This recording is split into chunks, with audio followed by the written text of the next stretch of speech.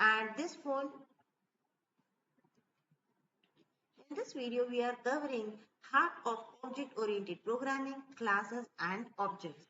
Java is object-oriented programming, which means everything in Java revolves around the object. But what are objects and why we create them?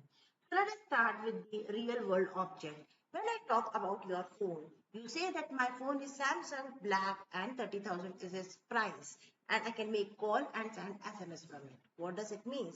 That my phone has certain characteristics which is like brand, color or price, which are actually, when I talk about another phone, also have the same thing, that is they have brand, color or price.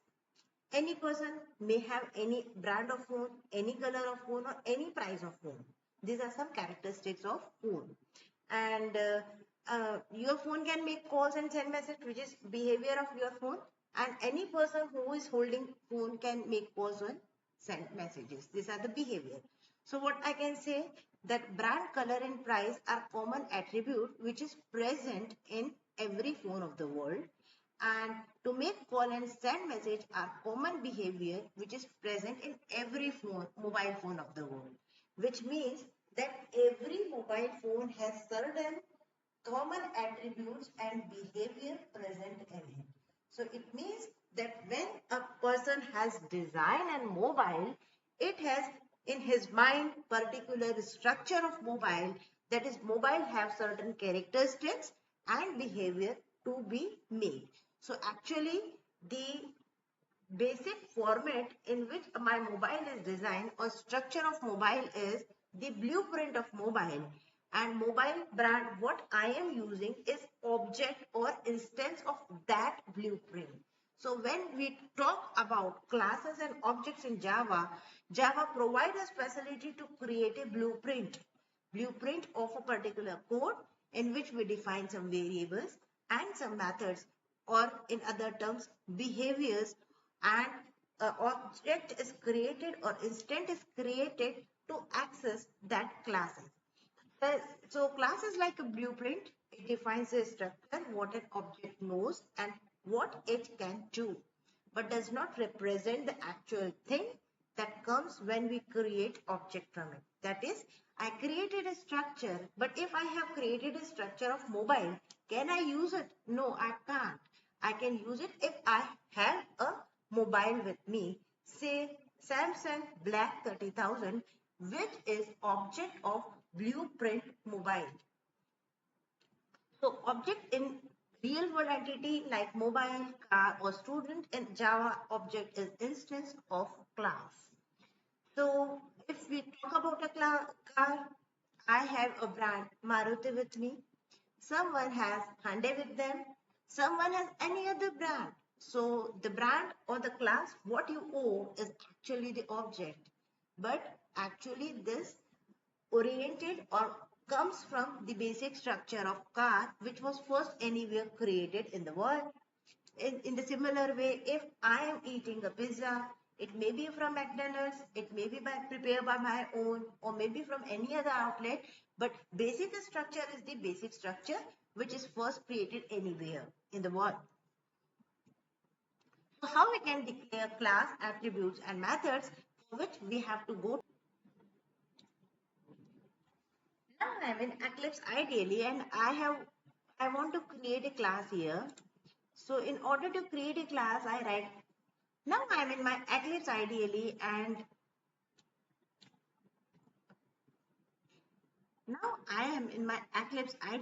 I want to create classes and objects. So first I go to my package, right click it and create a class name, a new class here.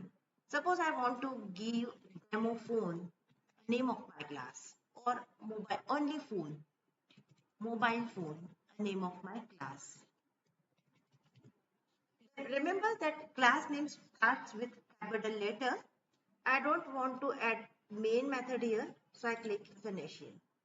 So this class is defined within my package demo, and in order to define a class we have to use keyword class.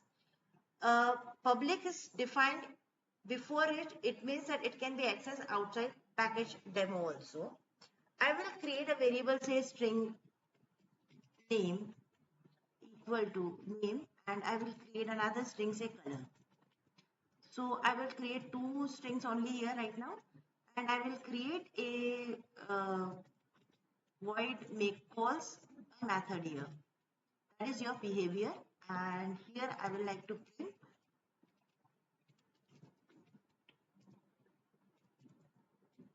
ln. We can make calls.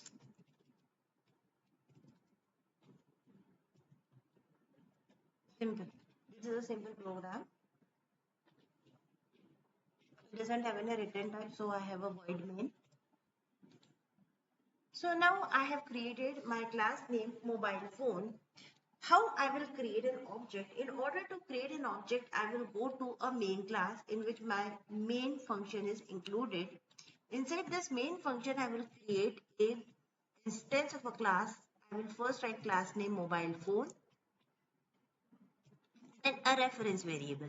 I have to declare a reference variable of class, say m equal to new keyword followed by name of class. Now I have created an instance of class mobile phone.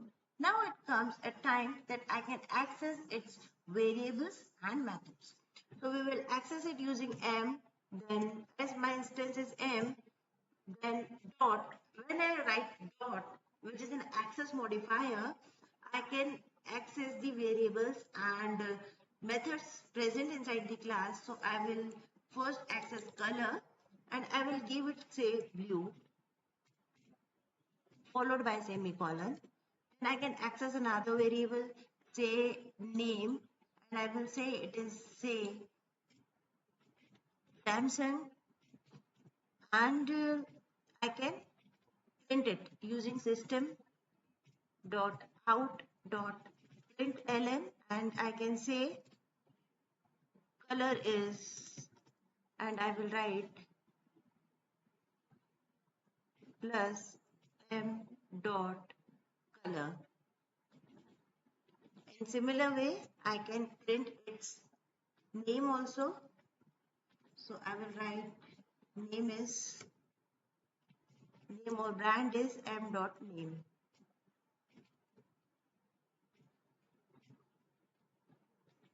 So in this way, I can access the variable.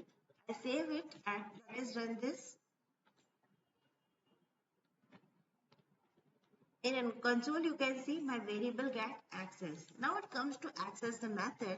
In order to access method, I will simply use m dot, and I will get the name of method, that is make calls. I save it and you can see print what I want. I can make, we can make calls what we have defined here. So in this way you learn that. In this way, we learn how to create classes and objects in Java, which is an addition of my core Java series. If you want to learn in more details about object-oriented concepts, you have to go through my playlist for OOPS. Thank you.